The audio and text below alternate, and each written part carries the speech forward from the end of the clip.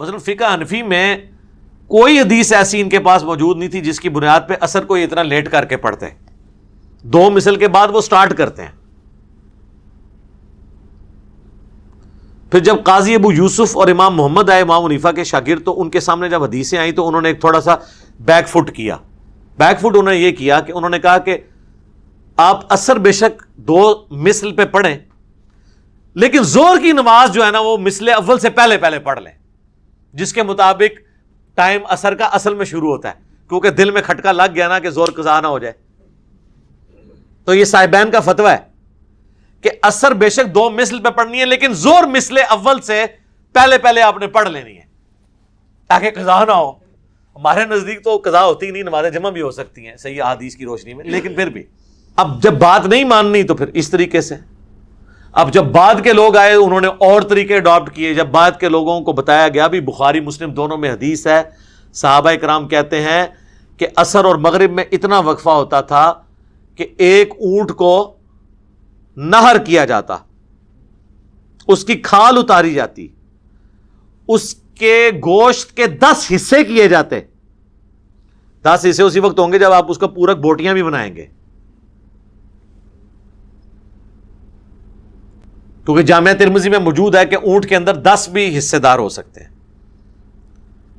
بعض محدثین نے کہا کہ عمرے کے لیے جو آپ قربانی لے کے جائیں یا حج تمتع کے لیے، اس میں آپ 7 حصے کر لیں اس میں اونٹ کے اندر، اور جو عید قرباں کے لیے 10 حصے کر لیں. تو مسلم اور بخاری کی حدیث بھی 10 حصوں کو سپورٹ کرتا، اور اس میں آگے الفاظ ہیں کہ گوشت کو پکایا جاتا، کھا لیتے تب بھی سورج ابھی بلند ہوتا. تو سر یہ کسی کسائی سے پوچھیں کہ اس میں کتنا ٹائم ریکوائرڈ ہے اونٹ کو، تو بتائے گا کہ عام طور پہ کسائی کے ساتھ ایک ہی ہیلپر ہوتا ہے نا. یہ تو نہیں ہوتے کہ 50 بندے ایک اونٹ کو گرانے کے لیے لگے ہوتے ہیں. گرانے کے لیے تو ایک بندہ بھی کافی ہے، وہ نہر کرنا ہوتا ہے، کھڑے ہوئے یوں مارے تو وہ ادھر ہی، اللہ نے اس کو ایسا ڈیزائن کیا ہے کہ اس کو آپ بغیر باندھے ہوئے بھی گرا سکتے ہیں. شارک سیدھی کٹتی ہے، خون کا فوارہ چھوٹتا ہے اور وہ ادھر ہی گر پڑتا ہے.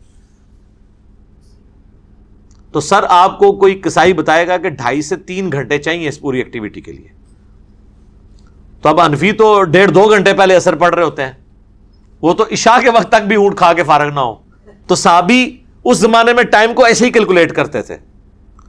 اب جب یہ حدیث آئی بخاری مسلم کی، تو اس سے اگلے جو متقدمین کے بعد جو متاخرین آئے ان کو پھر یہ مصیبت پڑ گئی، اب اس حدیث کا کیا کریں. تو وہ غلام سعود سعیدی صاحب جو شرح صحیح مسلم لکھی بریلویوں کے عالم، انہوں نے لکھا ہے کہ ہو سکتا ہے 1 سے زیادہ ماہر قصائی اور قصاب مل کر، اور باورچی 1 سے زیادہ، باورچی بھی 1 سے زیادہ انہوں نے کیے، اس کو کرتے ہوں. تو وہ حالانکہ مطلب یہ وہ جو بندہ بتا رہا تھا اس نے نہیں یہ بتانا تھا کہ 50 بندے، وہ تو بیسیکلی ٹائم کیلکولیٹ کروا رہا تھا، اور اس کے دماغ میں بھی نہیں تھی ایسی بات. لیکن جب آپ نے بات نہیں ماننی تو آپ اس اجتہاد کو حلال کرنے کے لیے کس لیول تک کرتے ہیں.